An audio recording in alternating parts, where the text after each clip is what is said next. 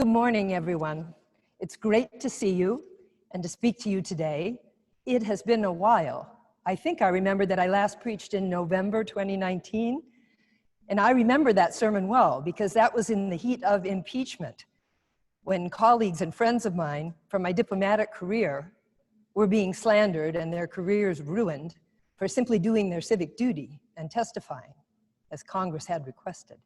And I remember saying to you then that I thought our national life had become antithetical in many respects to what we believe as followers of Christ. Well, today it appears that that was an understatement. And last November seems like another era. November was before we knew that we were under attack by a lethal virus, a virus which we've utterly failed to control, and we've begun to lose thousands of lives as a consequence.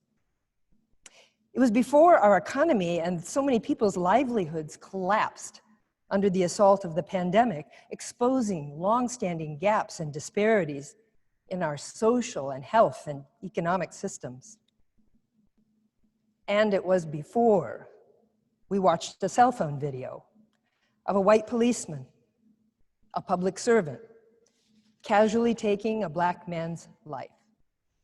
A horrific testament to the racial injustice in our national history and life.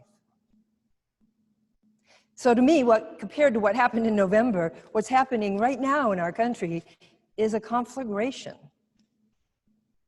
And this moment cries out for unity and generosity in our national purpose and our national effort.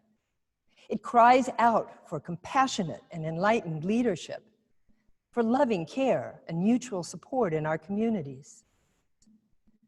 But instead, some leaders are throwing gas on the fire, the dangerous fuel of selfishness, division, racism, and hate, while too many others stand silent and watch as our values and institutions and democratic norms erode. We would not be human if we did not feel anxious in such circumstances. And we would not be realistic if we failed to recognize that with the pandemic raging and an election looming, things may get worse.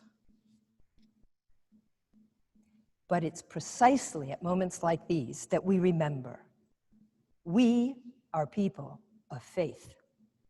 And however senseless our world seems sometimes, our faith gives us a strong framework to make sense of it and to guide us surely on how we must respond. We are dismayed when we see rank evil at work in the world. We are dismayed, but we are not surprised. As Christians, we know well that evil exists, that evil is an implacable force that works against God's purpose in the world. And we know that Jesus came to defeat evil and sin and death. And then until Jesus comes again and God's kingdom is fully realized on earth, evil will confront us. And we know as Christians what we are called to do. Our baptismal covenant tells us. It asks, will you persevere in resisting evil? Will you work for peace and justice among all people? Will you respect the dignity of every human being? And will you seek and serve Christ in all people, loving your neighbor as yourself? I will, we reply. I will with God's help. With God's help. And therein lies our hope and our strength. We are indeed called to resist evil, but not to do so alone. As Christians, we know that God acts with us and through us to achieve God's purposes in this life on earth. And moreover, we know that there are some moments in time that are unique moments. Moments when God offers us a special opportunity, a special invitation to be a partner, a co-creator in something big. Right, critical, and opportune moments when God makes it possible for something of lasting importance or great significance to be accomplished. And these moments are Kairos moments. Kairos, an ancient Greek word found 86 times in the Bible, describing time. Not chronological time, minutes and seconds and hours, but appointed time, God's time. A time when the stars are aligned and the moment is right for change. And we must decide if we will seize this moment before it flees. In Ephesians 5:16, Paul gives us an answer. He says, make the most of your time, Kairos, because the days are evil. I believe that we're in such a Kairos moment today.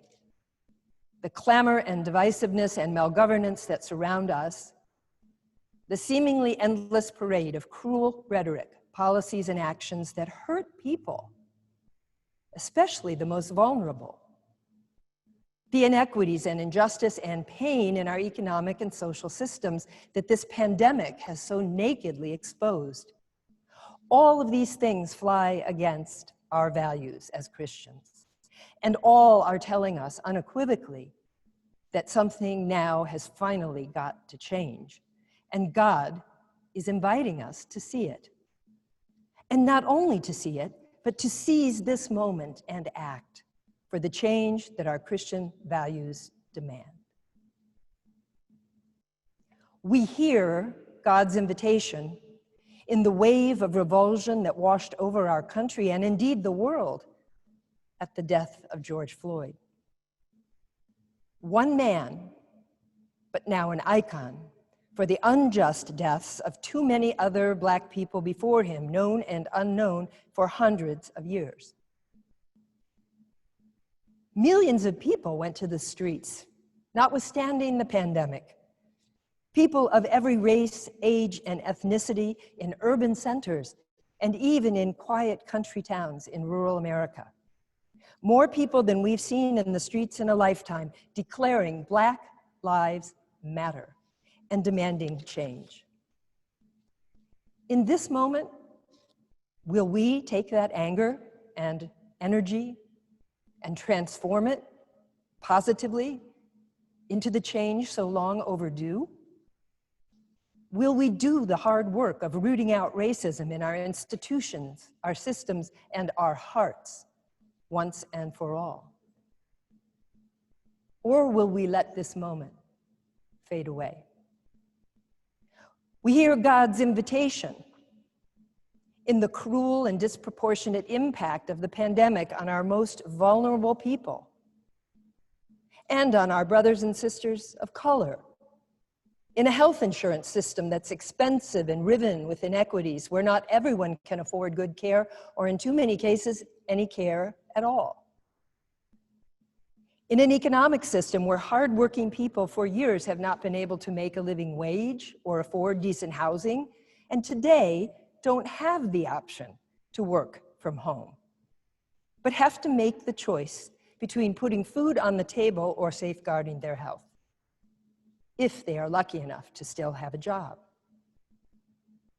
In an education system in which the kids fortunate enough to have technology and English language skills and adults able and available to help them, well, these kids might weather the pandemic and quarantine without too great an impact, while others, lacking these, will fall dramatically, maybe permanently, behind. This has never been God's intention for the world, and today the pandemic has exposed the realities we can no longer ignore.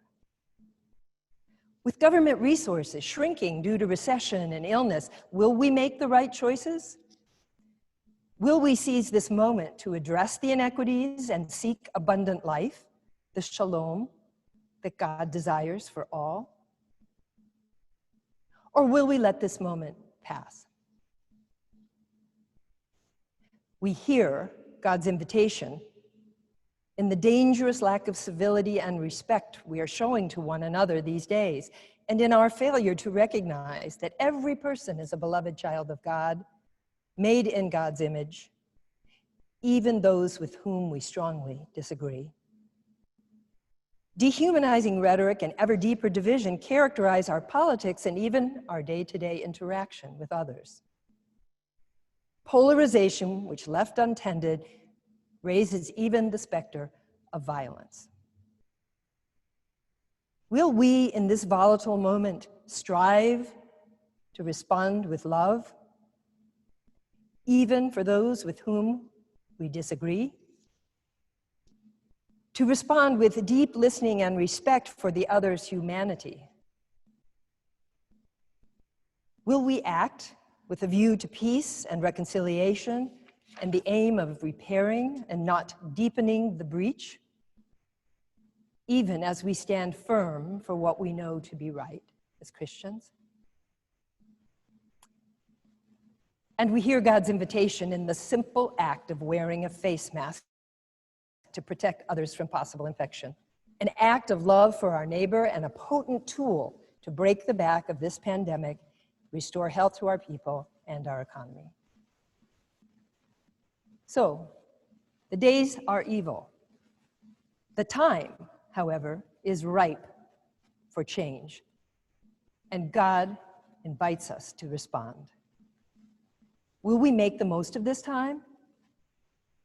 When I consider the generosity, the energy, the accomplishments I see at St. John's in these days, I am heartened.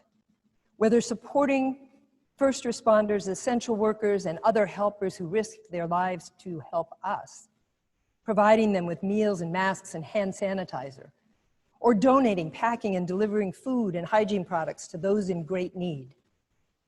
In reaching out right here in our community to one another with compassionate care, and sending ventilators to pandemic victims in the Holy Land, and very importantly, standing up more and more in the public square, as our bishops, Bishop Buddy and Bishop Curry, encourage us to do, standing up as committed and vocal advocates for social justice and deep systemic change.